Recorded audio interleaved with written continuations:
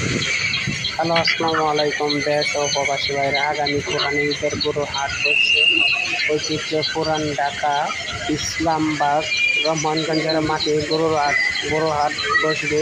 এখানে কাজ চলতেছে, আমার শ্রমিক ভাইরা অনেক কাজ করতেছে, 3 দিন রাত পরিশ্রম করে 1 সপ্তাহ যাবৎ কাজ করতেছে। আপনারা এই মাঠে চলে আসবেন, আগামীতে গরু হাট বসবে, যে যেখান থেকে প্রস্তুত হয়ে আসবেন।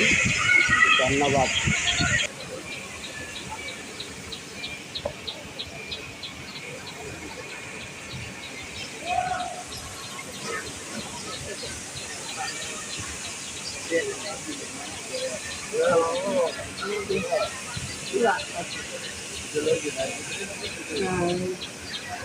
দিলাম